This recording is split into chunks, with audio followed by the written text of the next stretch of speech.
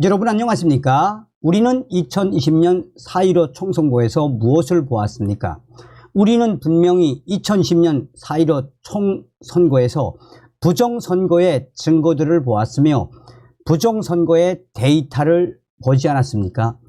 그동안 4.15 총선거, 부정선거에 대해 민경욱 전 위원과 황교안 전 대표 또 국투본 등 얼마나 많은 분들이 정말 아스팔트에서 부정선거를 파헤치겠다고 고생을 했습니까?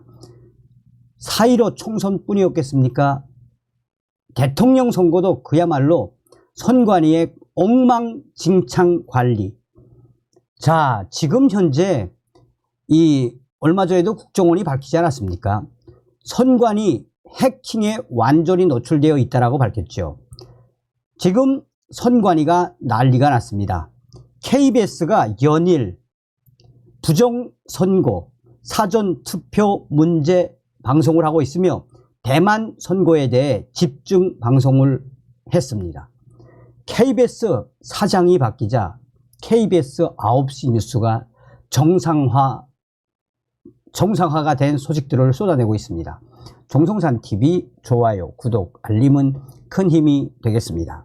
자, KBS 9시 뉴스 선거 부정 의혹 시비 과거 사례는 이처럼 선관위가 수작업 개표를 전격 도입하기로 한 이유는 부정선거 시비가 끊이지 않았기 때문입니다. 특히 개표 속도를 높이기 위해 2016년 총선부터 심사 개수기가 도입됐는데 당시 선거가 끝난 뒤 일부 선거구에서는 재검표가 이루어지기도 했습니다. 2년 전 법원에서 21대 총선 인천 연수울 선거구의 투표용지 12만여 장에 대한 재검표가 진행됐습니다. 2893표 차로 낙선한 민경욱 전 의원이 선거 무효 소송을 제기한 건데 서울, 경기, 인천의 민주당 대 미래통합당 사전 투표 득표율이 똑같이 63대 36으로 나온 점 등 통계적으로 있을 수 없는 결과들이 여럿 나왔다고 민경욱 전 위원은 주장을 당시부터 지금까지 하고 있습니다. 대법원은 지난해 7월 원고 주장을 받아들일 수 없다라며 민경욱 전 위원의 소송을 기각했습니다. 이후 지난 9월 선관위는 21대 총선 관련 모든 소송이 모두 종결됐다라며 소모적인 의혹 제기는 없어져야 한다라고 강조했습니다. 21대 총선 관련 선거 소송은 모두 126건으로 선거 무효 소송 122건, 당선 무효 소송 2건 등인데 2020년 4월 총선이 치루어진 3년여 만에 소송이 끝난 겁니다. 국민대 행정학과 홍성걸 교수는 이렇게 말했습니다. 시간과 비용이 들어도 이렇게 좀 거칠 필요가 있습니다. 그래서 결국 우리 국민들이 실제 수개표한 결과와 기계에 의해 취합한 결과가 그리 차이가 나지 않더라라는 것을 알아야 합니다. 하지만 수작업 개표가 추가되더라도 황교안 전 미래통합당 대표 경우처럼 해킹을 통한 부정선거 가능성을 제기하는 문제까지 말끔하게는 해결하지는 못할 것으로 보입니다. 라고 KBS가 이제 올해 초에 했던 방송이죠. 자, KBS 부정선거 논란, 세르비아에서 최대 규모 시위, 일부 재선거. 세르비아 수도 베오그라드에서 총선과 지방선거 결과 무효화를 요구하는 최대 규모 시위가 벌어졌다라고 로이터, AFP 통신 등이 보도했습니다. 보도에 따르면 수만 명의 시위대가 현지 시간으로 2023년 12월 30일 베오그라드의 랜드마크인 모스크바 호텔 앞에 모여 우리는 동의하지 않는다라고 적힌 플랜카드와 세르비아 국기를 흔들며 부정선거 의혹을 규탄했습니다. 시위대는 2012년부터 집권 중인 알렉산다르 부치치 대통령과 그가 이끄는 우파 여당 세르비아 혁신당이 지난 2023년 12월 17일 치루어진 총선과 지방선거에서 투표를 조작했다고 비난했습니다. 선거 이튿날인 지난 12월 18일부터 단식 투쟁에 돌입한 제1야당 연합 폭력에 반대하는 세르비아의 대표인 마리니카 테픽이 부축을 받으며 연단에 오르자 좌중에서 환호성이 터져 나왔습니다. 테픽 대표는 시위대를 향해 이번 선거는 무효화해야 합니다 라고 말했습니다. 그는 연설을 마친 뒤 병원으로 이동하며 단식 투쟁을 종료한다고 선언했습니다. 시위대는 선거 결과 무효화를 요구하며 헌법재판소까지 거리 행진을 벌였습니다. 지난 18일 이후 13일째 이어진 이날 시위는 이번 부정선거 규탄 시위 중 최대 규모라고 주요 외신들은 전했습니다. 이날 시위를 주최한 세르비아 민주화 운동단체 프로글라스는 부정선거 의혹에 대한 독립적인 조사위원회를 구성하고 공정한 선거 환경을 조성한 뒤 6개월 이내에 재선거를 실시할 것을 촉구했습니다. 세르비아는 지난 2023년 12월 17일 총선과 지방선거를 동시에 실시했습니다. 푸치치 대통령은 경제난과 지난 5월 발생한 총기 난사 사건 등으로 지지율이 급락하자 조기 총선을 승부수로 던졌습니다. 개표 결과 부치치 대통령이 이끄는 세르비아 혁신당이 46.72%를 득표해 과반 의석을 차지했습니다. 야권연합 폭력에 반대하는 세르비아는 23.56%에 그쳤습니다. 야권에서는 집권당이 보스니아, 헤르체고비나, 불가리아 등에서 미등록 유권자를 불법적으로 투표에 참여시키거나 표 매수, 서명 위조 등의 부정을 저질렀다고 주장했고, 유럽 안보 협력기구 모니터 요원으로 구성된 국제선거감시단도 일련의 불법 행위가 있었다고 지적을 했습니다. 논란이 커지자 중앙선거관리위원회는 전체 8,300곳이 넘는 투표소 가운데 35개 투표소에 대해 이날 재선거를 실시했습니다. 2024년 1월 2일에는 나머지 8개 투표소에서 재선거가 이루어집니다. 푸치치 대통령은 부정선거 의혹에 대해 근거 없는 주장이라며 부인하고 있습니다. 전통적인 우방인 러시아는 시위의 배후에 서방이 있다라고 주장을 했습니다. 자, KBS가 또 이제 1월 달부터 또 이제 계속해서 선관위를 들이치고 있습니다. KBS 뉴스 투 개표 방식 논란 여전, 위구심, 불식하려면 제22대 국회의원을 뽑는 총선거가 이제 석 달이 채 남지 않았습니다.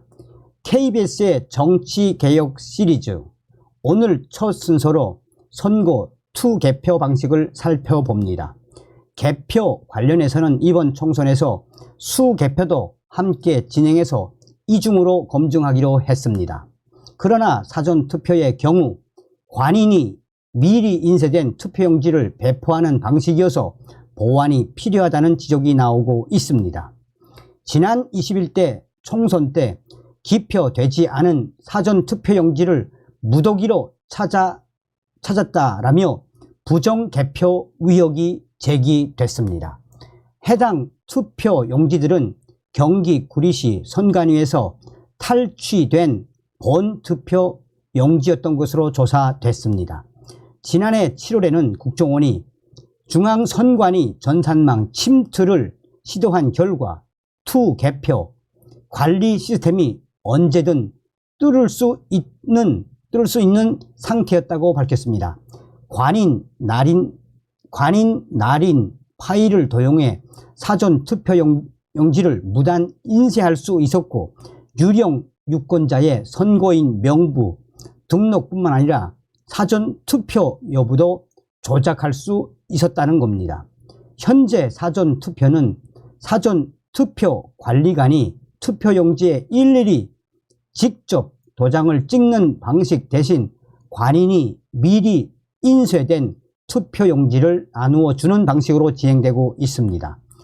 공직선거법에는 사전 투표 관리관이 투표용지를 인쇄해 사전 투표 관리관 칸에 자신의 도장을 찍은 후 선거인에게 교부하게 돼 있습니다. 이와 관련해 선관위는 인쇄 날인으로 가름할 수 있도록 한 공직선거관리규칙과 대법원 판례를 근거로 관인 인쇄 방식을 고수하고 있습니다. 투표 관리관 날인을 투표장에서 하는 본 투표와는 달리 사전 투표는 투표 용지에 관인이 인쇄돼 나오기 때문에 투표 용지가 분실될 경우 각종 위협이 제기되는 빌미가 될 수 있습니다. 선관위는 지난해 말 개표 과정에 수작업을 추가하는 등의 개선안을 마련했지만 전문가들은 위기심을 불식시키기에는 역부족이라고 지적을 하고 있습니다. 경희대 법학전문대학교 정태호 교수는 이렇게 말했습니다. 정치 불신이 심한 사회일수록 투개표 제도의 초점은 정확성, 투명성 이런 것에 맞춰져야 한다고 생각합니다.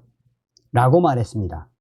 또 지정된 장소로 투표함을 옮겨 개표를 하는 현행 방식 대신 투표장에서 바로 개표를 하는 분산 개표 방식 도입도 투표함 이동에 따른 위협을 차단할 수 있다는 의견도 나옵니다.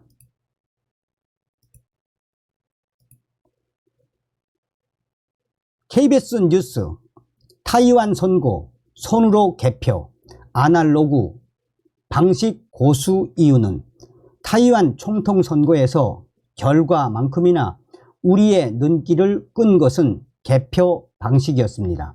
선거관리원들이 투표용지에 적힌 후보자의 이름과 기호를 부르며 후보별 득표수를 손으로 일일이 적는 수개표였습니다.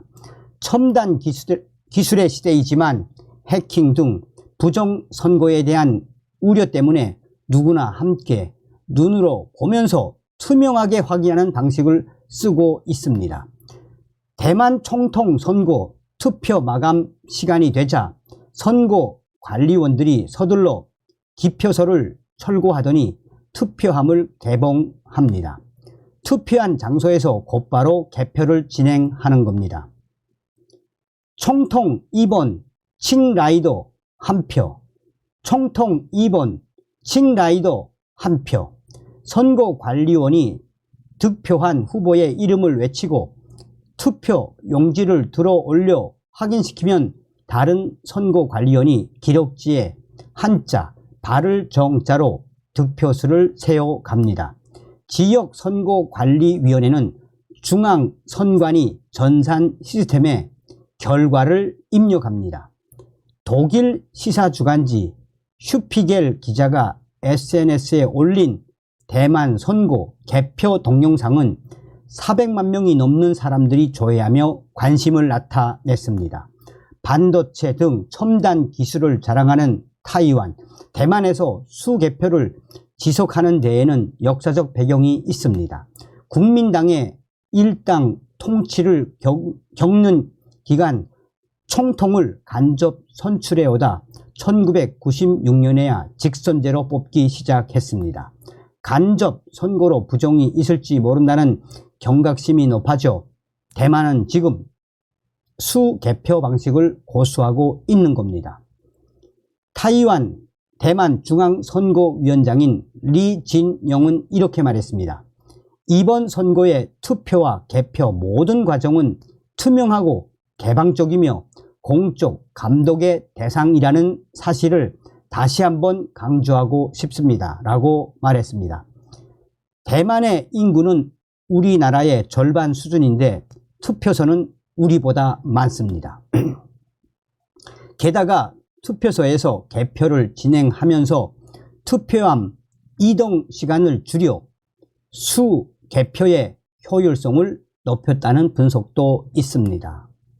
자, 거의 이제 1월달, 작년도 12월 달부터 지금까지 계속해서 KBS가 이 대만 선거까지 집중 방송하는 그 본질이 무엇이겠습니까? KBS가 중앙선거관리위원회를 박살내는 그 본질이 무엇이겠습니까? 다음 시간에 뵙겠습니다. 멸고.